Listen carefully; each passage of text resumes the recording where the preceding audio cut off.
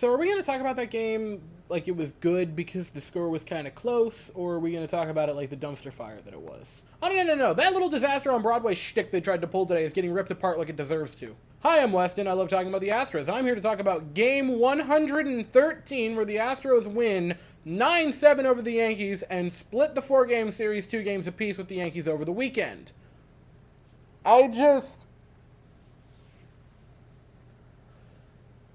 That is the second longest 3 hours and 45 minutes of the season for the Astros. The longest, by the way, was the Cleveland game, and you all know the Cleveland game I'm talking about. I don't even have to go into it any further. You know. We all know. That was a game that happened today. This happened. Like, the first Jake Myers home run was today. That was this game. Urquidy started this game. That feels like a different century. So Urquidy makes his return. He looked real bad in this game. First inning, Gleyber Torres, solo home run. It's 1-0 Yankees. That's not good. But then in the second inning, the Astros respond real quick. Jake Myers with a 3-run shot, and the Astros are up 3-1. Okay, that's pretty cool. Then, third inning, Yordan Alvarez, 2-run shot of his own, and the Astros are up 5-1 in only the third inning, and you're thinking, oh, sweet, this could be a real good game. This could be an easy victory. And class, what have we learned this season about thinking something is going to be easy? What's that? You're right. It's actually going to be a cardiac event. Because then we reach the fourth inning, which is where the game went, what a lovely shark. What if I jumped over it? So to lead off the fourth inning, Gleyber Torres, who tormented the Astros today, singles to lead it off. That's not wonderful, but a Stanton fly out, okay. That's pretty solid. You got an out already. That's nothing too shabby there. LeMahieu and Kiner-Falefa both draw walks back-to-back to load the bases with 1 out. Now you are starting to get into bad territory. And then Harrison Bader with a single to make it 5-2, but the Astros still have a nice, comfortable lead and an out in the inning. And why are you going to Phil Maton? There are some Astros fans that are starting to say, oh, the first half Phil Maton was a mirage, and that's not the real one. This is the actual Phil Maton that you're going to have. And I disagree pretty strongly with that statement. But over the past 10 games, he has a whip well over 2. To bring him in with only 1 out and the bases loaded is insane. He needs a clean inning. We have done, as an organization, so much to cater to give every possible chance of success to Rafael Montero, who has an ERA still over 5, but yet Maton gets forced into these bad situations where he can't work out of his things. He has no wiggle room. He gets forced into bases loaded. Now, he pitched horrible. I'm not going to say he didn't, but this is on Maton as much as it is on Dusty. They both get, or I guess I should say it's as much on Dusty as it is on Maton. They both need to eat a large portion of the failure cake that was the fourth inning. Hits Anthony Volpe, does strike out Higashioka, so that was a positive, but then back-to-back walks to Jake Bauers and Aaron Judge, and all of a sudden it's 5-4 and 5-5. He still isn't out of the inning. The bases are still loaded. So then they make another pitching change and bring in JP France, who probably should have just been starting this game. I don't know how you look at the rotation and go, JP France, person who's been probably the best pitcher on the staff to this point of the season, at the bare minimum, the best starter you've had to this point. You're the one getting demoted to the bullpen. I don't know how that decision got made. Even if it's just a one-time thing, I still strongly disagree with that, but whatever. He gets moved out there, so he comes out of the pen to finish up this absolute tire fire of an inning, gets a fly out of Gleyber Torres, but they bat around, and then a little extra, and finally the inning from hell is over with. But good God. So you get through the fifth scoreless for both sides, and in the sixth, Jake Myers said, hey, it sure was fun when I hit the first 3-run home run. I bet it'd be even more fun if I did it again. His second 3-run home run of the day, 6 RBIs on the afternoon for him. What a game for Jake Myers. Fantastic. I think you can give him the title of Jake from Rake Farms. I know it hurts for a lot of us. It is hard to take it from Jake Marisnik, who will always hold a special place for me in my heart.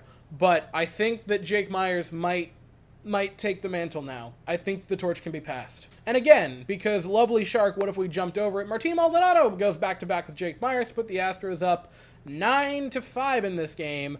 But we were very, very, very much not done. Because Gleyber Torres, again, tormenting the Astros this afternoon. RBI double in the bottom part of the sixth to make it 9-6. 3-run lead does not feel safe in this game, regardless of anything. 8th inning, bases loaded, Harrison Bader with a single, a little blooper that still has the bases loaded. Now all of a sudden you're only up by 2. and the go-ahead run, not the tying run, the go-ahead run's on first. That's not feeling too good. And then in the ninth inning, because you're trying to get a 4-out save from Bryan Abreu, who ended up going over 30 pitches in this game, in the ninth inning, Stanton dead center field, and thankfully, Jake Meyers is there and makes a really nice play. A lot of Jake Meyers' defensive plays today weren't like super sexy. They weren't diving catches or running catches. They were just really good tracking it through the sun catches, but like they still need to be appreciated because he had a really good game out there. And that ball from Stanton had like a 930 expected batting average to end the game. The Astros offense was deceivingly not wonderful. They scored 9 runs, but I would be far more comfortable in saying that Jake Meyers had a really good day and Yordan had a good hit than saying the offense was good. Like, those 3 hits that Meyers and Yordan had accounted for half the hits the offense had and 67% of the total runs scored. It was, when they had men aboard, they capitalized, and you should applaud that. At the same time, you can also see the fact that because they only left 2 men on and they didn't score like 20 runs, they did not have a ton of base runners in this game. And when they did, they would sometimes get wiped out on double plays. It was just not a wonderful game for the offense, but they did enough. I'm not going to say they were bad. It just wasn't like this, they just poured it on and small balled the hell out of them. No, they had a couple of really important home runs. So then we talk about pitching. Who was good today? And then who pitched? Jose Urquidy was bad. There is no other way to slice it. 3 1/3 innings, 5 earned runs, 3 walks, only 1 strikeout. Jose Urquidy's big thing is he is a zone-filling pitcher, and he throws a ton of strikes. And I don't think he threw half of his pitches for strikes today. Or if he did, it was barely on the line. It was very, very close to being 50-50. And that just... You can kind of live with it because normally it's, he doesn't give up any walks and he gets a couple of strikeouts. This wasn't that. He walked 3 guys in 3 1/3, and he gave up 5 earned runs. Gave up 5 hard hit balls, which isn't terrible, but it was not a good afternoon for Jose Urquidy. And the fact that France is the one that got demoted to the pen and not Urquidy is insane. He left the team when he got injured. He had an ERA over 5. And there were these talks among fans like, just wait till Urquidy gets back and they're healthy again. And I'm like, it doesn't really solve the problem because he's not really a top-end pitcher. France has proven to be that. I'm sorry. It has got to be France. I'm not saying to DFA Urquidy or to throw him down to Sugarland. I'm saying he has to be the one in long relief. France has more than earned a spot. And we'll talk about him in a brief moment. Maton sucked. The fact that he was able to do what he did and didn't have to give up any earned runs is kind of comical. Allowed 3 base runners and got 1 out. He looks bad. You hope he works it out because he's a very important piece to this staff. But by God, he has been horrible as of late. I'm confident that he can figure it out. I'm hoping he does. JP France was solid, but he wasn't great. He gave up quite a few walks, 3 walks in 3 1/3. Did give up 3 hits. Only the 1 run. It was unearned. Struck out 4, had 12 swings and misses, so those are good numbers. The walks aren't wonderful, and I kind of question how much of that was him not having the ability to start the game off and having to come into a game that was already partially written. He has more than earned a spot in the rotation as a starting pitcher. It is downright insulting that he isn't right now. And even if it's just for the one go around, I think that's dumb. I'm sorry, there's no nice way to say that. I think that's a bad decision to have him not be the starter.